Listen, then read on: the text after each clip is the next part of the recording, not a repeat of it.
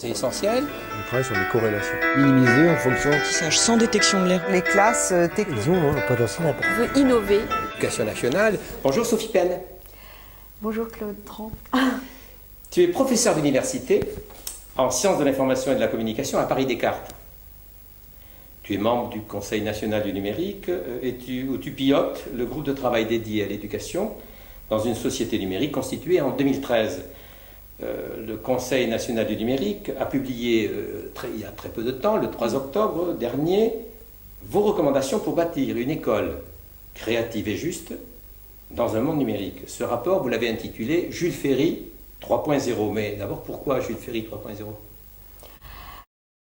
Bon, nous avons hésité, on n'est pas entièrement content du titre. Jules Ferry, c'est simple, c'est le symbole de la première école pour tous, qui correspond à un certain âge industriel, où il y a une France rurale qui doit apprendre à faire des chemins de fer. Et donc on apprend à lire et à compter à tout le monde, avec tous les inconvénients que ça peut présenter dans la façon dont ça s'est fait et les discussions idéologiques qui ont pu s'en suivre. Mais cette idée de l'école de Jules Ferry, c'est l'école pour tout le monde qui permet aux gens de vivre dans leur époque et dans leur industrie.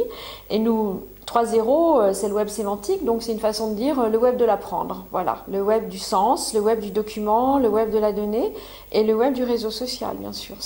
Les enquêtes internationales, et je pense à PISA, indiquent que parmi les pays de l'OCDE, la France est championne des inégalités scolaires. Alors on peut donc comprendre que vous pensiez à une école juste. Mais notre école serait-elle aussi si peu créative ? Alors, école juste, il y a cette volonté chez nous, cette intention de départ qui a été de se dire, on ne peut pas avoir d'un côté le dossier de l'échec scolaire, d'un côté le dossier de l'inégalité, d'un côté le dossier de la démotivation, et puis encore d'un autre côté le dossier du numérique, avec des gens chaque fois spécialistes d'une des choses qui vont imaginer des dispositifs pour chacune de ces choses.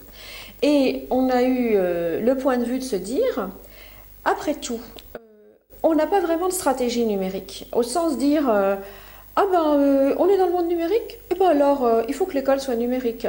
Comme si l'école était là pour apprendre des usages, ou pour apprendre, comme on dit, à décrypter, ou pour surtout d'ailleurs se prémunir des dangers. Et notre idée, ça a été, et si le numérique servait vraiment à quelque chose, et que ce soit rebattre les cartes de l'égalité. Et que cette école de Jules Ferry 3.0, ce serait de dire, il y a dans le numérique des possibilités autour de l'individualisation, du travail en petits groupes, d'un mode moins centralisé, de plus de partage, de plus de coopération, de plus d'ouverture, qui est la société en réseau, et donc l'école en réseau d'une société numérique où le numérique a pour fonction de restaurer une vision de l'égalité au XXIe siècle. Et pourquoi créative ? C'est pas tant l'école qui doit être créative que sa nouvelle mission qui est de former des individus créatifs.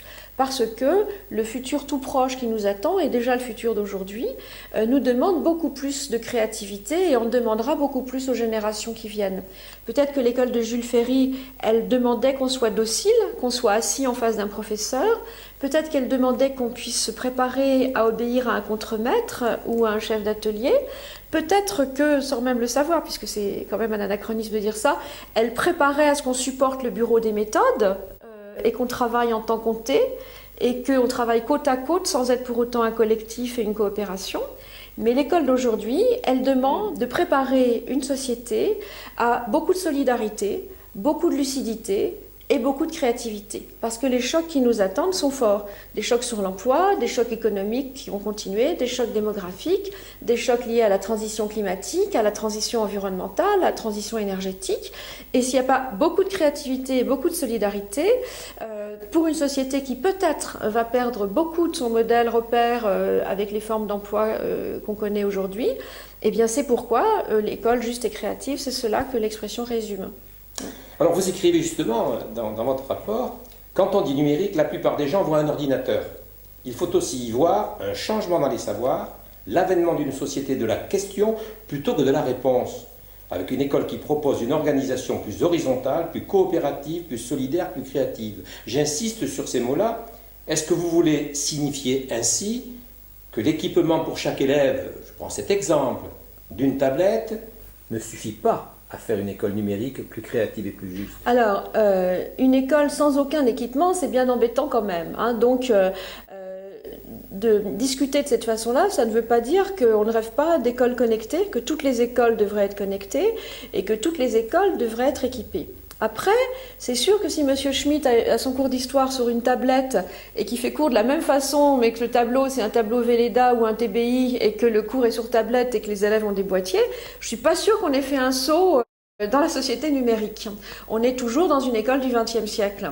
Là où ça devient très différent, c'est si, par exemple, hein, en arrivant dans le collège, les enfants ont prévu, par exemple, ont une forme de contrat pour leur travail des jours qui viennent et savent qu'ils vont s'orienter vers une table où on fait des maths ou une table où on fait de l'histoire. Je raconte quelque chose qui n'est pas utopique, qui pourrait très bien fonctionner, et où des adolescents d'âges différents vont travailler en groupe avec un professeur, chacun sur son exercice, mais en pouvant quand même se parler. Là, l'équipement a du sens parce qu'on a défigé la classe. Le professeur n'est plus le conférencier dont on n'a plus besoin. Il est quelqu'un qui pousse vers des exercices autonomes, vers des exercices plus modulaires et vers des parcours beaucoup plus individualisés qui sont mus avant tout par le désir d'apprendre et par les questions de l'élève, parce que la grande révolution du web, c'est pas l'équipement, c'est l'océan des savoirs, c'est le web de l'apprendre. Et ce qu'on a à construire, c'est le web d'un véritable apprendre ensemble. Alors, est-ce que vos méthodes de travail se sont inspirées de cela? Quelles ont été, de fait, vos méthodes de travail? En fait, comment fonctionne le Conseil national du numérique?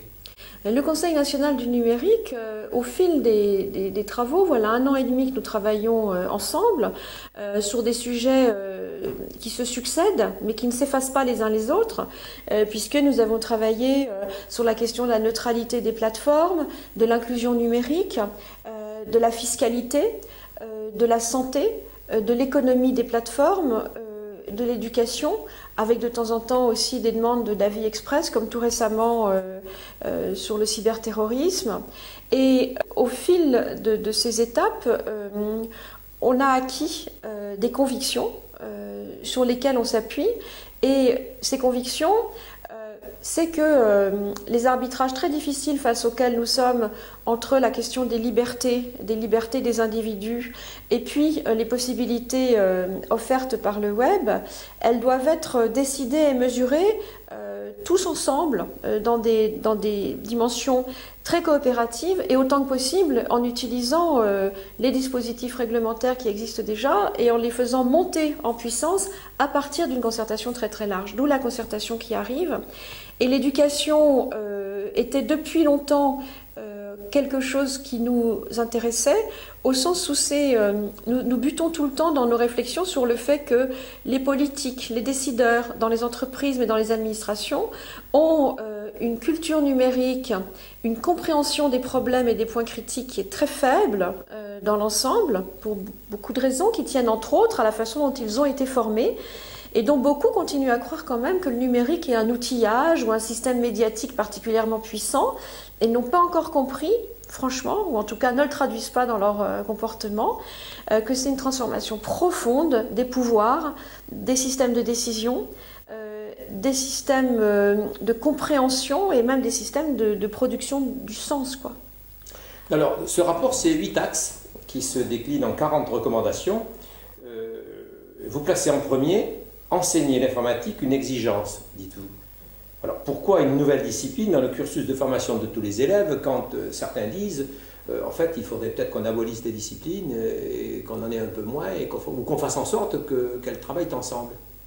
Alors, premier point, on est tous complètement d'accord au Conseil du numérique sur le fait que le numérique nous emmène vers de l'interdisciplinarité, forcément, puisque sur le web, on voit bien que les bases d'articles scientifiques, toutes les connaissances, non seulement nous montrent des savoirs extrêmement imbriqués les uns dans les autres, mais en plus ont déjà eu des conséquences sur l'organisation disciplinaire même des sciences. Et par exemple, en biologie, la disponibilité des ressources scientifiques fait que la biologie s'est beaucoup ouverte à la physique, à la mécanique, à l'informatique et aussi aux sciences humaines. Et ça, c'est aussi quelque chose qui est amplifié, qui est accéléré par le web. Donc, bien sûr, nous sommes des tenants de l'interdisciplinarité. Mais voilà, on est pour le moment devant une école complètement disciplinaire qui recrute ses professeurs avec le CAPES et l'agrégation. Si l'informatique, comme on le pense, a une importance considérable pour former des citoyens qui comprennent les machines, qui comprennent les systèmes d'analyse dominants qui les entourent, qui comprennent comment on fabrique des objets connectés, qui comprennent aussi un tant soit peu de quels matériaux sont faits les programmes qui les entourent, il semble évident qu'on ne peut pas éliminer l'informatique, ça devient une vraie querelle religieuse. Et ma foi, s'il faut enseigner l'informatique, on comprend mal pourquoi ce savoir-là, donc cette discipline, serait la seule qui ne mériterait pas d'avoir d'enseignants, parce que je ne vois pas trop, même si je suis complètement d'accord avec Madame Bizot quand elle décrit une transformation de l'enseignement où chaque discipline se transforme et s'imprègne de nouveaux outils, de nouveaux points de vue. Je ne vois pas dans l'état actuel des choses comment ça pourrait percoler, vu l'absence absolue de compétences informatiques dans les établissements et en particulier dans les lycées. Alors vu l'importance de l'informatique dans la physique par exemple, mais aussi maintenant dans l'histoire et dans la littérature, si on n'a pas au cœur des lycées des compétences fortes en informatique, et je ne parle pas de maintenance de matériel, je parle d'une vraie logique, d'une vraie culture, de vrais concepts, de vrais savoirs, je ne vois pas comment les collègues peuvent s'en sortir. Et dans notre lecture, c'est évident que l'informatique est un cheval de Troie de l'interdisciplinarité, à partir de tronc à partir duquel la littérature, l'histoire, les langues, la physique, les sciences du vivant, la philosophie peuvent transformer leur approche du monde et des disciplines elles-mêmes. Et comment on pourrait le décliner, je dirais, de la maternelle à la terminale alors, dans ces conditions? Alors, il y a une variété immense. Et d'ailleurs, qu'est-ce qui empêche dans les futurs professorats d'informatique d'imaginer des options, y compris dans les concours? On pourrait très bien avoir des gens qui auraient des profils plus techniques et d'autres qui auraient des profils plus de littératie numérique, comme on a énormément de jeunes chercheurs en littérature qui ont des fortes composantes autour du traitement de la langue, de l'analyse de discours, de l'analyse de contenu. Il pourrait très bien y avoir dans les profils de professeurs des options différentes. Enfin, là, c'est moi qui tout d'un coup ai cette idée avec vous, et on n'en a pas discuté au Conseil. On a tout à fait compris qu'il ne s'agit pas évidemment de faire du dressage à du langage, à des langages informatiques avec des petits, mais d'entrer de façon très ludique dans la fabrique d'objets connectés, dans des ateliers de travail collectif et dans des applications interactives comme il en existe énormément autour de Magic Makers ou de Tralalaire qui auraient déjà montré tout ce qu'on pouvait faire de stimulant, de développement de la métacognition, de développement de la créativité, de la motivation, et c'est comme ça qu'on voit l'enseignement dans les petites classes. On a vu aussi qu'il faut tenir compte du fait que les enfants ne sont pas toujours très concentrés, donc c'est des exercices courts qui ne se continuent pas à la maison, et on a vu qu'à partir de 11 ans, les jeunes, les préadolescents aiment bien travailler en groupe et que là, parfois, ils continuent à travailler tout seuls sur des projets et que l'esprit projet commence à arriver et continue au-delà des moments de formation et d'animation. Et puis, à partir de la 3e, on voit que, par exemple, la classe de technologie pourrait être le vecteur de réalisation déjà très conséquente comme des applications domotiques et autres. Et puis, au lycée, bien sûr, c'est l'interdisciplinarité, c'est l'actualisation des sciences, de toutes les disciplines, et c'est le début de la préparation d'études supérieures interdisciplinaires, très ouverte, tant du côté de la créativité que du côté de la conceptualisation.